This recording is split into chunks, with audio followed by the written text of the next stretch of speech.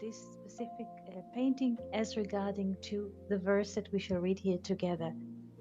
So, do you see the whiteboard? It is opening here. It's great topic. Excellent. Thanks. When you will see the verse open, can you read it in English for us? Or if Jill is here or Charles is volunteering, it is open to everyone to participate.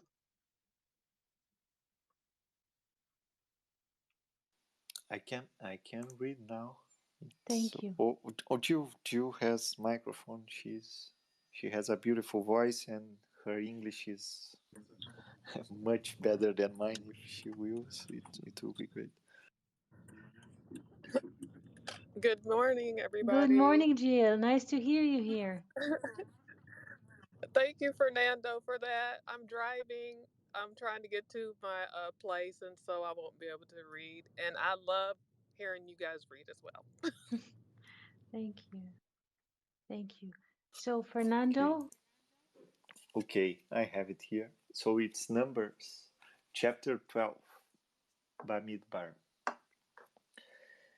verse 1. And Miriam and Aaron spoke against Moses because of the Kushit woman whom he had married, for he had married a Kushit woman. thank you so much. Thank you so much. And what does the Bible in any other language translate or explain this Kushit? Are you familiar with different translations or attitudes towards this word? I remember that in Portuguese it's translated as like a black woman, Mhm. or I can get it here, but it's this. In some translation, I read that it was like Ethiopian woman. This is how people translate it, but let's look into the Hebrew letters and see what is the perspective of Kushit. Yes, Kushit is written with four yes, letters. Yes, what? Yes, yes, Fernando? yes. In my Bible here in Portuguese is Ethiop woman. Ethiop. So let's see the perspective of the Hebrew letters. It is quite stunning. Let's see. Kaf is 20, Shin is 300, Yod is 10, and Tav is 400. So how much do we have together? This is 700 and this is 30. Is it right? Do you Yes, listen? 730. Yes. 730. If we look to this into this number and we put a zero in brackets and we are left with 73. 73 is the value of the word chokhmah, wisdom. Let's look into it. Chet is 8, Kaf is 20, Mem is 40, and Hey is 5. Here we have 60, and here we have 13, and zusammen, this is 73. Is that right? Yes. So whom did he marry? See, the wisdom. Wisdom. Yes, yes. Because I saw even yesterday when I was looking, like looking in verses in Hebrew and how people access the word in Hebrew. Other languages, they all take it like a skin color.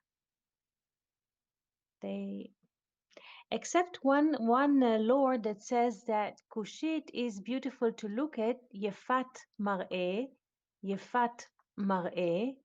and this is I put beautiful to look at, and here Yefat is like Yefet. This is 490, and Mar from mar'eh, look, we have here 240. And then this is not clear what I wrote here, so I'll fix it. I'll fix this. It's not clear. Yefat 490 plus 240 because those letters they don't take. So here we have 3, yes, and 730. Again, Yefat Mar'eh, wisdom. Because as we said, wisdom, how we call it wisdom in the language of the world, philo, Sophia, philosophia,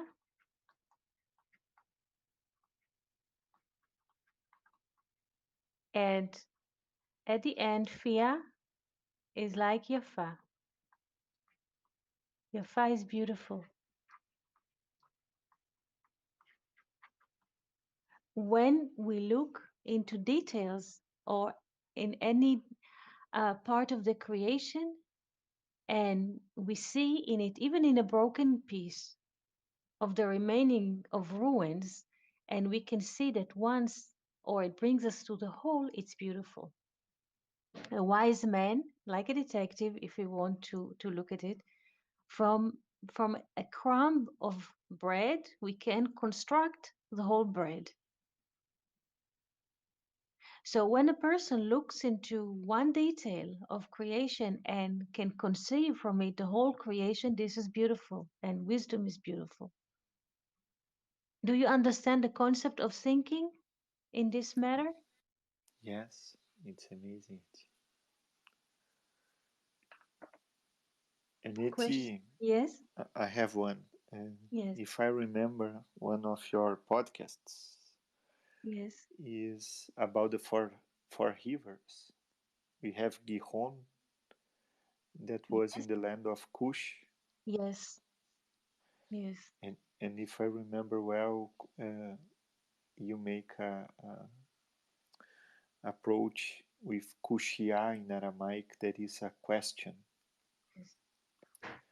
So it's like to listen and to ask questions. Um, I don't know if we could relate with this woman. Yes, if Moses married, you remember that in the burning bush conversation, God told Moses to remove his shoes. His shoes is to remove from duality. Felipe was mentioning this term of leather shoes or nale or like skin to remove from duality, and the sages are translating it as to withdrew from his wife. Here is Zipporah. This is his wife, the mother of the children.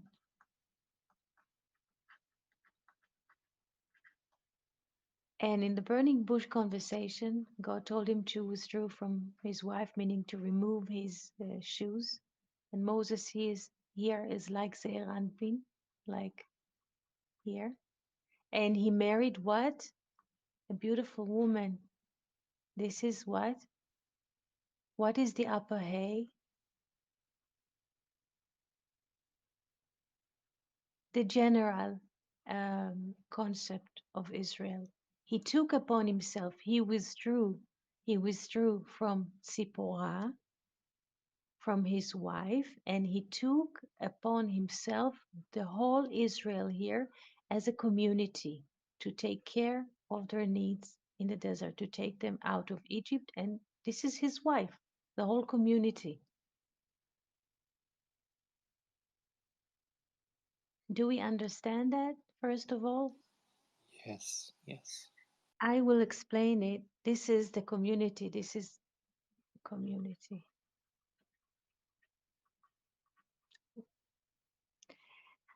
Do you remember the song of Dorival Caymmi that the fisherman, I think Felipe is here. There is a very famous Portuguese song about the fisherman.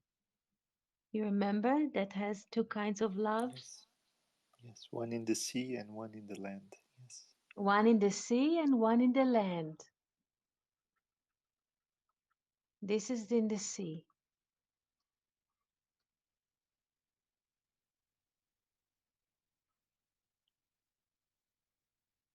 Do we understand this kind of language? I mean, this kind of thinking? Because if we relate to the upper hay as understanding, and the yod here in wisdom, which is wisdom here, 73 wisdom, chokhmah, what established the understanding, the foot of understanding is the yod. Do we understand that? Yes. Good. And Like here in we have, Beresh. Sorry. yeah, yes, Please. yes, please, Fernando. No, debate of Bereshit, we have the bit and the dagesh. It's like Yes, the same idea, the same structure. yes, yes. And Like a here we have, house to the wisdom. yes, the house of the wisdom. And here we have questioning.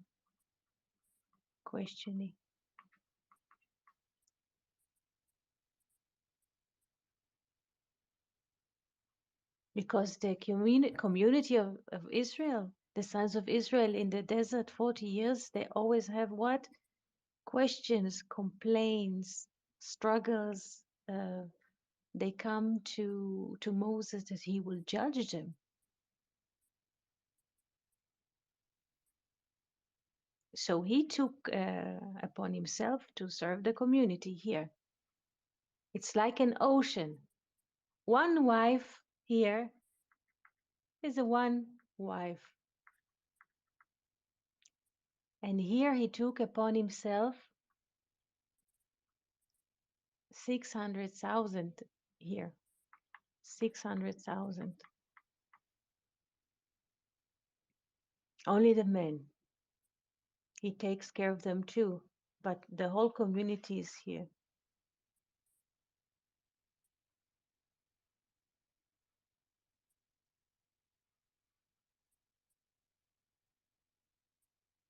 And why is it Kushit, like a dark woman? Because it's a headache to take care of so many people, of so many problems, of so many disputes.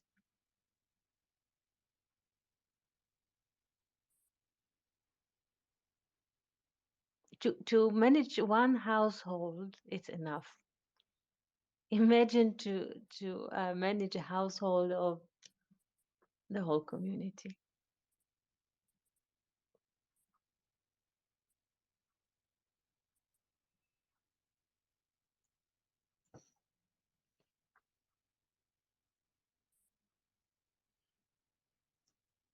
Iti, yeah. Yes, If I may ask a question yes. about, could we look this kushit as restriction, as a restriction, uh, the restricted side? It is restricted from worldliness, if we want to look at it. It's also interesting because there's another way to read the word kushit. Kushit is like kaf, is like or as in English, and shit. Shit is the six. Six. It is like six. It's like his woman or his wife. It is like. Shit is six. And Moses in this case is the Vav, like we read or learned yesterday about Zer Anpin. You remember when we learned about Asher and Asherah? You remember? Yes, yes. So Moses is here. So either is he with Tzipporah, this is Tzipporah,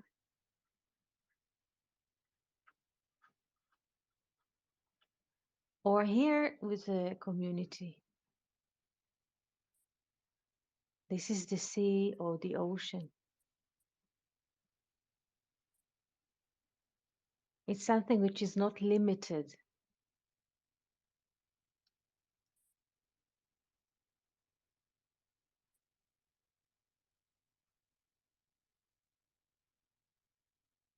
And you're right that the Kushit is like Bereshit, is a creation of a new world. Also, those names together is Bereshit. Moshe is 345. Let's make it a circle with this kind. This is 345. Let's call it like this. This is Moses. Zipporah, because the full circle, it's supposed to be little, the full circle is 360. Moses is 345. Zipporah is what? 375. So it's 360, yes, plus 15 degrees. I make it like a bird because tzipor in Hebrew is also a bird. Tzipor is a bird. The bird tweets before 1 hour before the sun rises. So if we put them together, 345 plus 375, this is 720. Combination of Bereshit. From Bereshit, from the 6 letters of Bereshit, we can create 720 combinations. So look at it again. This is Moses. Let's make him like a Pac-Man. I don't want to insult him, but it's like this, because it's 345, and this is Tzipporah. Oops, with her beak, 345, and this is her. Let's move her a bit. Shall I move her like this? 345, this is Moses. 375, Zipporah. And together, there's 720. All the sun and the moon together.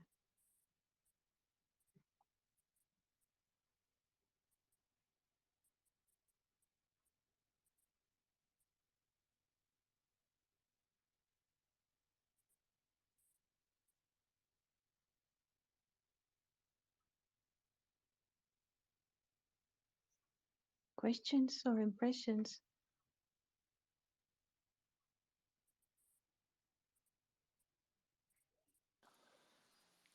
It came to my mind that also that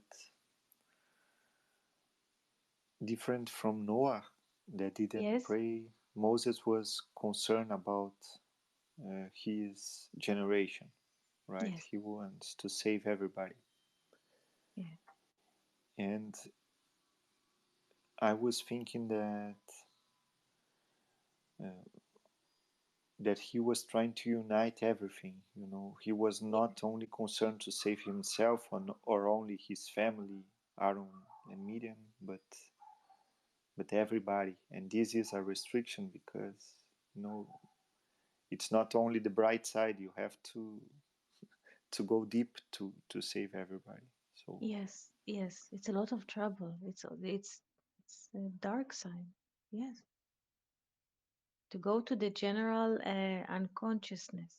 Yes, not just his wife, but to the general subconscious of many people together to help each and every one of them as private and as a community. And he prayed, and he prayed. This is his correction, to pray. In a way, Luria says, also the Zohar says before him, that Moses is a corrected aspect of Noah, because we have the 4 letters of the Tetragrammaton. We have here This is the last generation of Moses.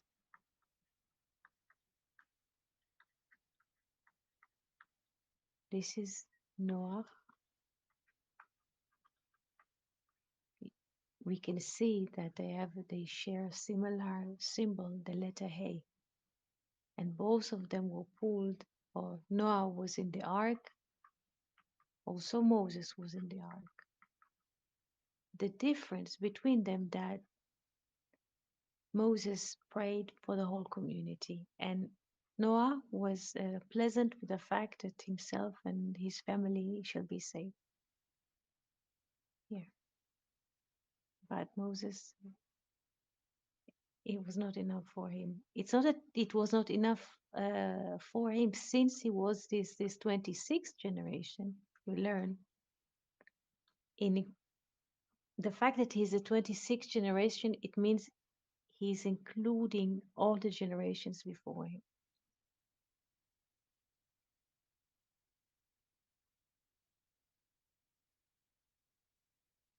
In a way, Noah is the 10th generation. From Adam to Noah, we have 10. And 10 is a community, minyan. So everything is complete. So why to pray? This is one aspect. Another aspect is Moses is the last generation. So the last is always include what comes before him.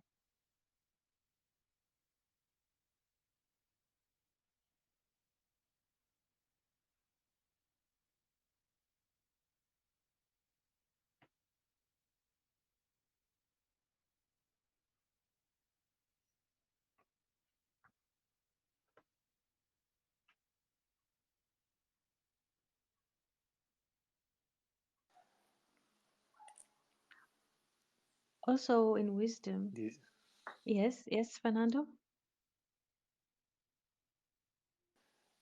if we look at this as a blueprint, it's very deep, because usually we live in the surface. We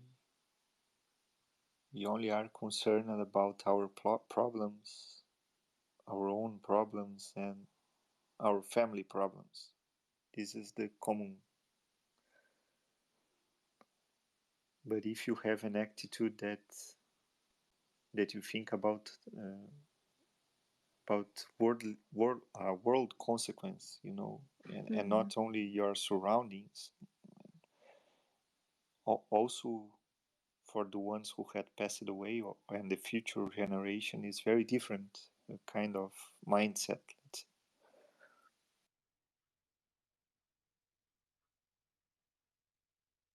I don't know if it makes sense, but this I came try to my to mind. say, yes, you said that most of us are having concern with our family life or first surrounding. This is what you say? Yes. Yes. This is why, in a way, we can see this, that Moses is different. Because in the desert, when he is like, get his mission to go to release Israel from Egypt, he doesn't notice a danger of not circumcising his son. He's already somewhere else. He is not living in in the circumstances in his surrounding. It is Tzipporah that notices that there is a danger, and she circumcised the son. Moses is a different kind uh, of being. I mean, Moses is in us. This is not just a historical figure. Moses in us, in each and every one of us, there is an aspect of Moses. And this aspect of Moses in us is very, very different. He cares about the world, about people, make things better. He's willing to work for it without a fee or a good word.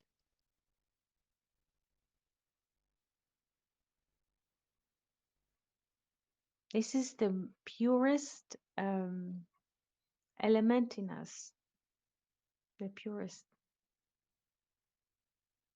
Loyal, but doesn't have any attachment.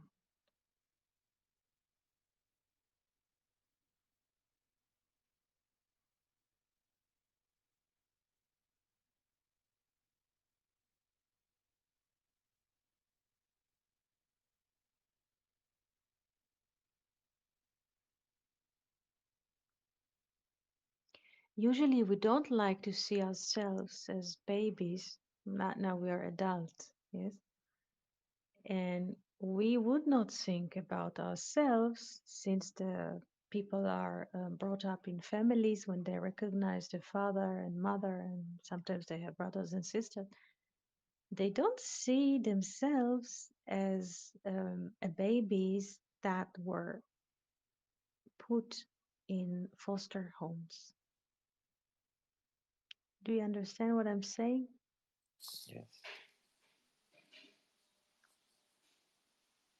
We have such a deep attachment as mammals that we think that our birth parents, or some people are adopted. Not everybody will have like biological parents that grew them up. And many people are adopted in these days. They come from a glass. They come from many places. They are refugees. People ran from war. There are many cases of to start up life. Not all the children come from love relations. There are many ways in which people are coming to the world. And people tell themselves, I say this because this is very common, and people go with this um, worship at home. They put pictures of the parents, the grandparents on the walls, and they believe that this is their dynasty or the tree of life. Many people believe like this. But what if we were sent as babies and we put each and every one of us in Pharaoh's house? We don't see this like this. But what if we grew in Pharaoh's house?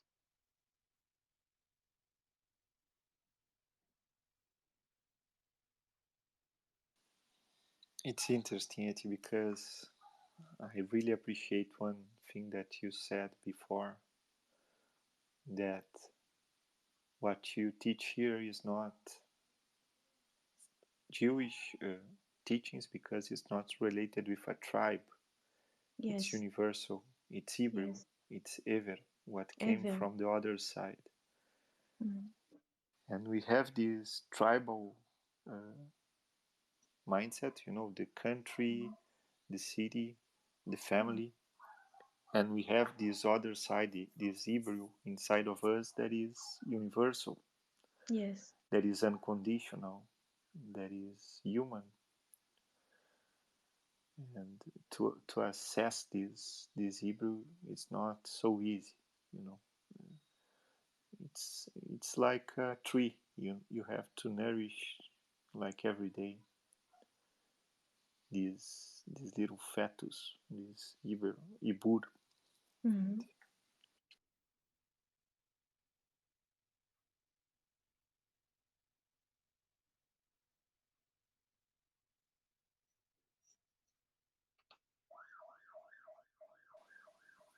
And it makes me remember Joseph Carueti, that Yes, because I was reading yesterday his diary, and I opened in the page that uh, it was the beginning of Kislev, the month of Kislev, and Magid is talking with him and saying the importance of good acts, good deeds, because if he did in that time something wrong, all the souls and the Magid that was surrounding him uh, just will go away, and many worlds will be broken. So what I want to say, that is a work in progress. It yeah. never ends, and you have to be aware, like every day. If you could say something about this, I would be glad. Yes. In our thoughts, uh, we gave sovereignty, um, our inner, how shall I call it?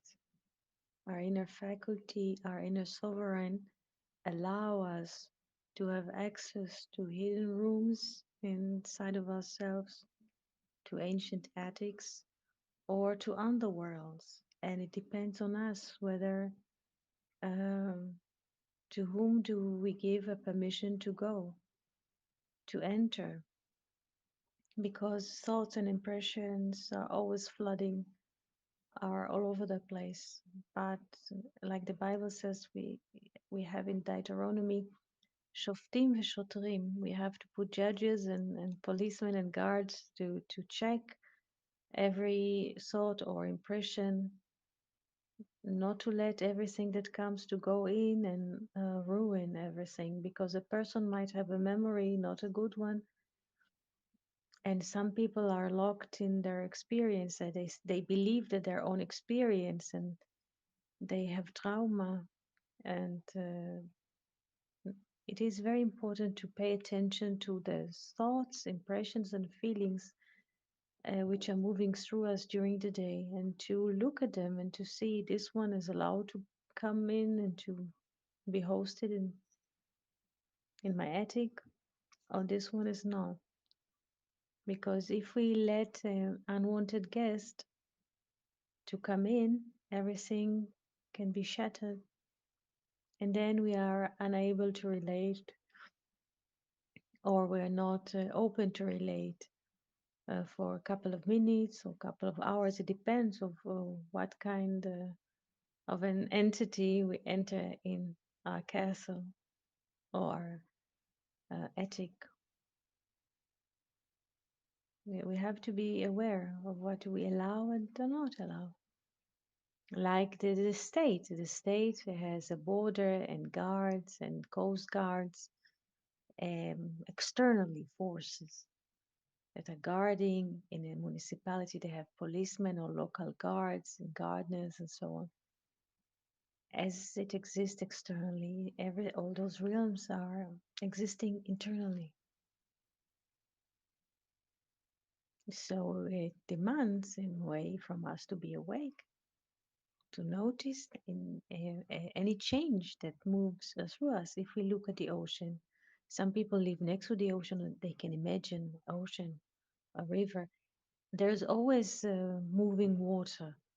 Sometimes there are like this, and we have to pay attention what is moving through us. What we are trying to say, there is a possibility to live a flourishing, good, free life when we are attached. I mean, attached is not good. Davak, when we are attached is not a good word, because there's like sometimes negative. But when we are aligned with certain attitudes.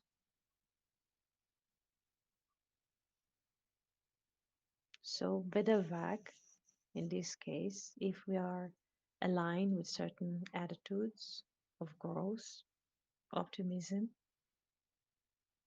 doing the bare essential, it's good.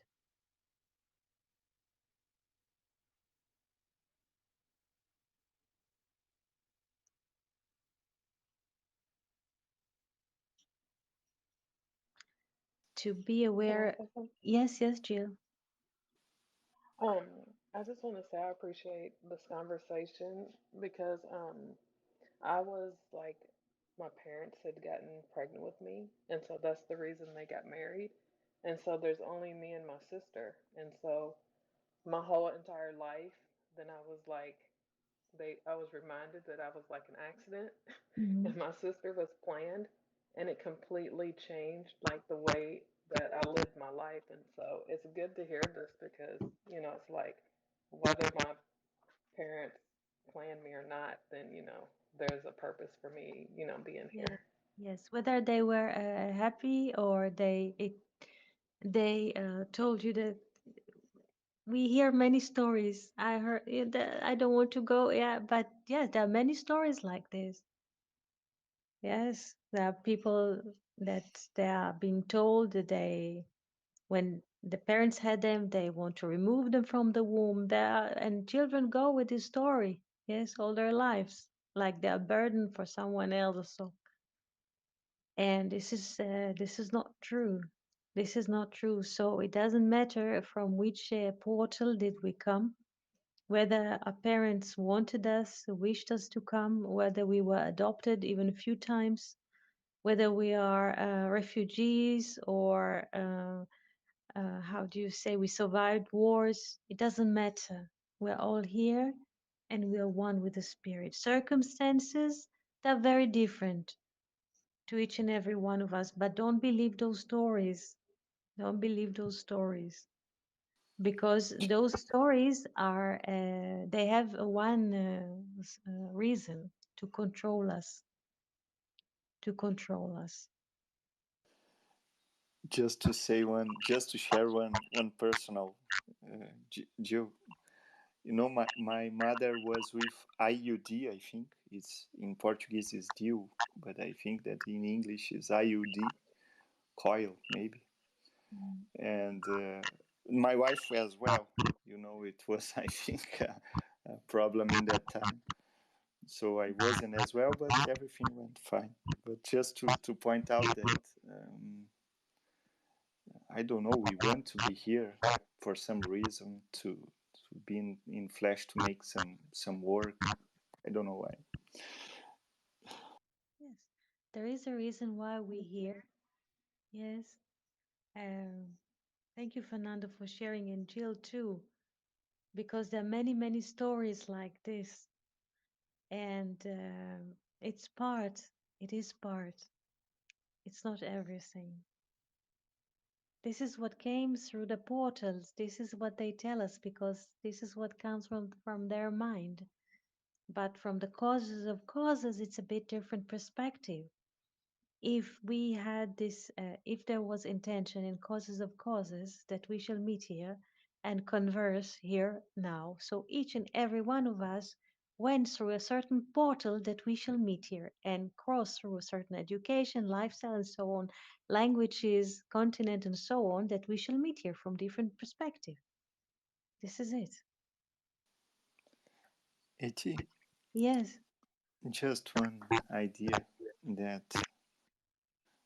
I don't know my if it's my mic that is making, but I yes, was thinking about Abraham that he receives everybody, you know, in the tent, and it's a mitzvah to receive persons, right?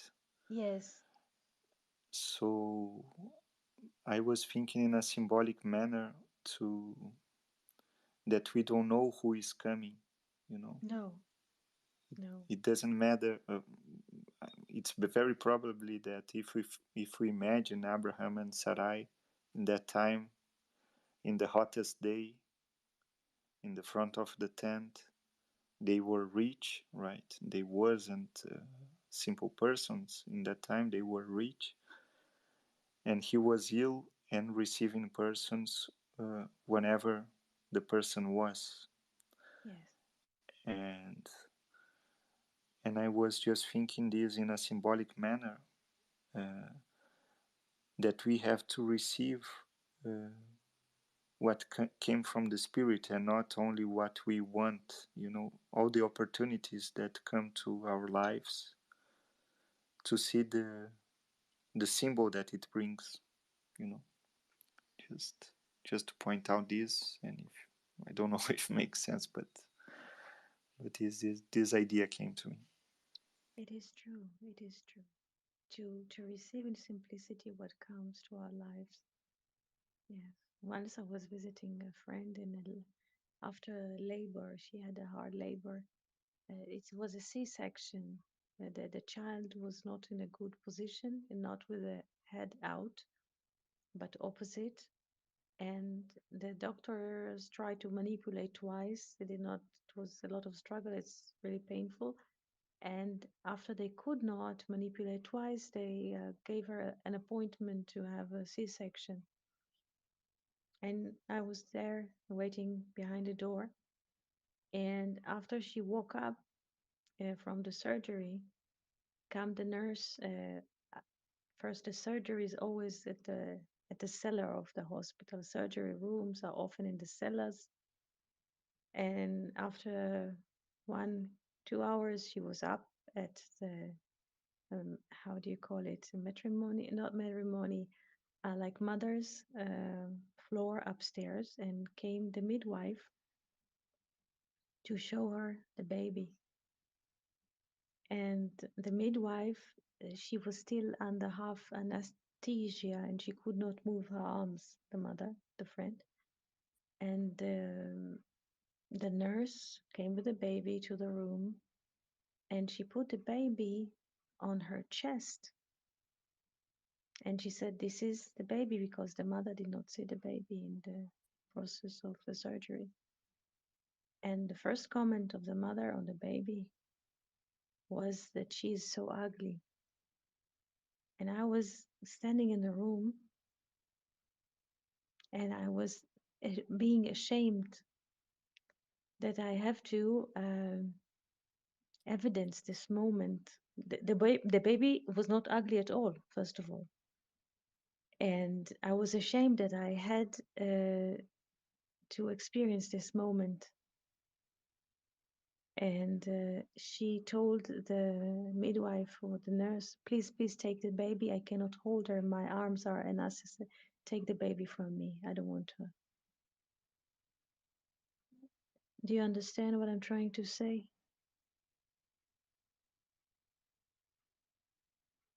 Yes. Yeah. Yeah.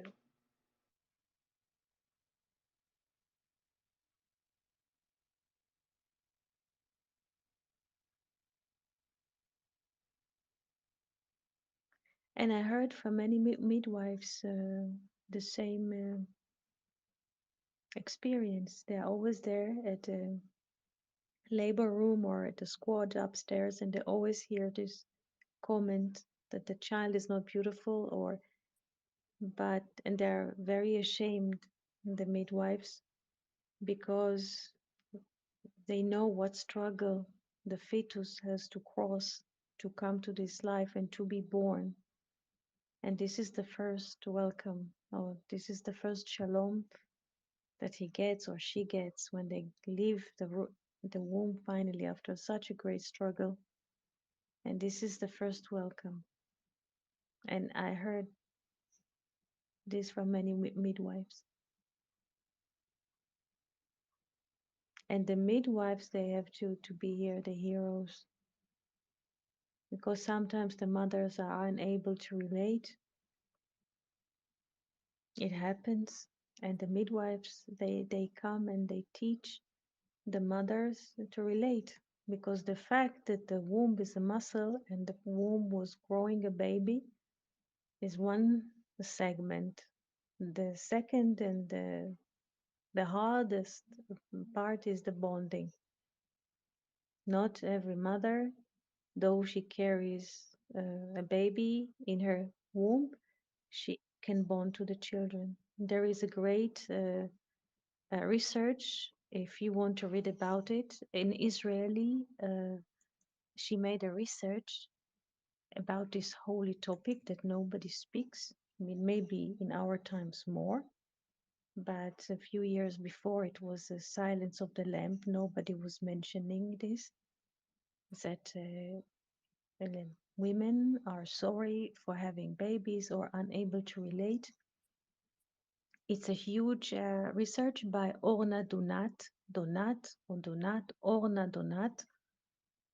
She made a deep research work about this because in Israel there's a great rate of birth, and there's a lot of, since there's the rate of birth is so high, there's a many cases um, to show. So, and I return to the midwives, and this is the great bravery in this case, because they first of all, they are the first to accept the babies and to give them this first cloud of love and relation. Sometimes the mother are not able, but sometimes there's a grandmother or an aunt, and the child gets a nourishment from another source or a neighbor.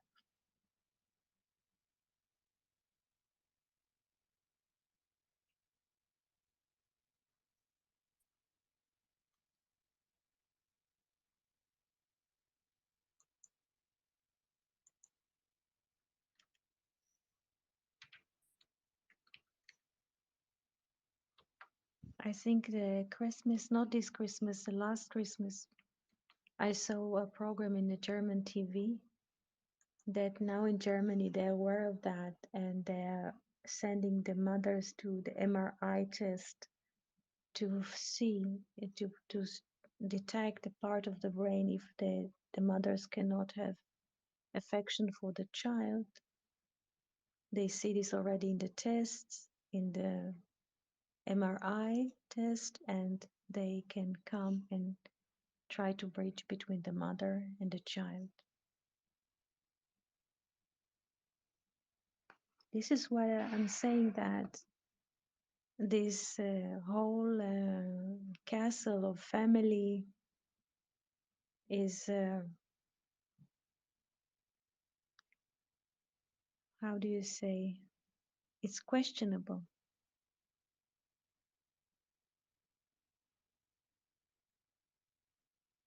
We as adults, like Moses or like Hebrews, a person who is like grown from his biological aspect, he doesn't see himself as body only. Like Jill says, a person with a purpose has a capability to have affection and mercy and love for every human being, to every animal, to every butterfly, to every leaf of the tree.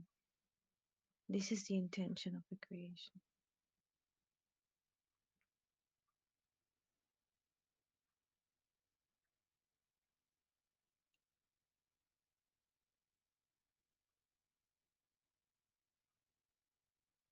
This is the Moses that you are seeing. The mode. This is, yes.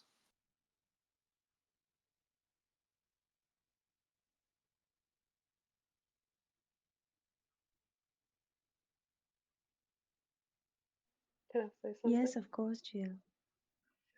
Um, yeah, when you was talking about the aspect of Moses and all of us, I think one thing that it did help me with in my life was that I was able to go out and um, care for other kids. Yes. And we actually, me and my husband, helped raise up probably 12 boys who are all adults now and have their own families. Wow.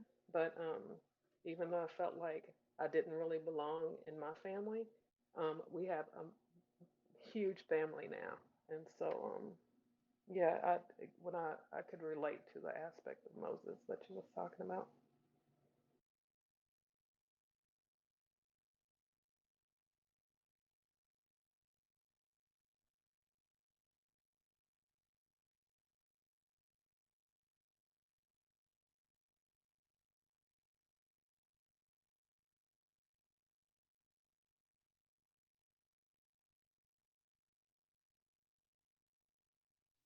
Yes, I can hear you. I think it was quiet for a second. Yes. Can you please, because I just heard the last sentence that you and your husband took 12 children. And Well, we had a basketball team, and so all of our boys, we got them when they were about 8 years old, and some of them would stay with us, and um, we ended up just being a big family. So they kind of grew up together, even though all of them didn't live with us, and so we just wanted to ensure that they all, you know, at that time made it into college because they were struggling in their lives. And so, yeah, they are like all of our kids. And so we have a huge amount of kids and grandkids now. whoa. Yeah. 12 kids and you were the 13. The, Yeah. the ring of fire that holds all of them together. It's beautiful. So beautiful. Thank you for sharing, Jill. Thank you for letting me share.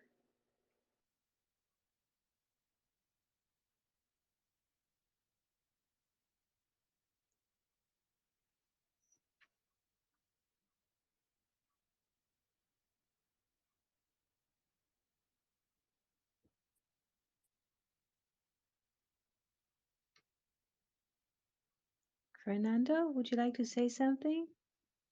Oh, it's a beautiful story. It's beautiful because every life is a universe. Yes.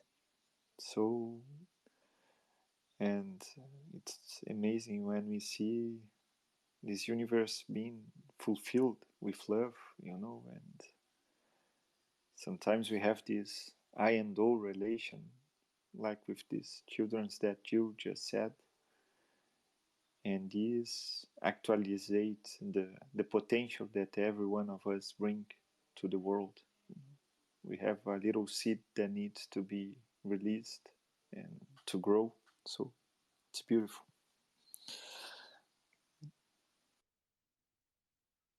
Thank you. Thank you so much for sharing all of those stories.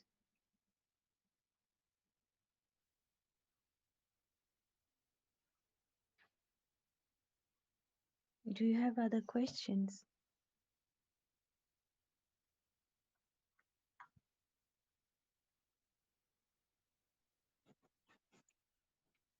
If not, at the moment, I would like to thank all of you who came here and participate and listen and read the whiteboard and ask questions.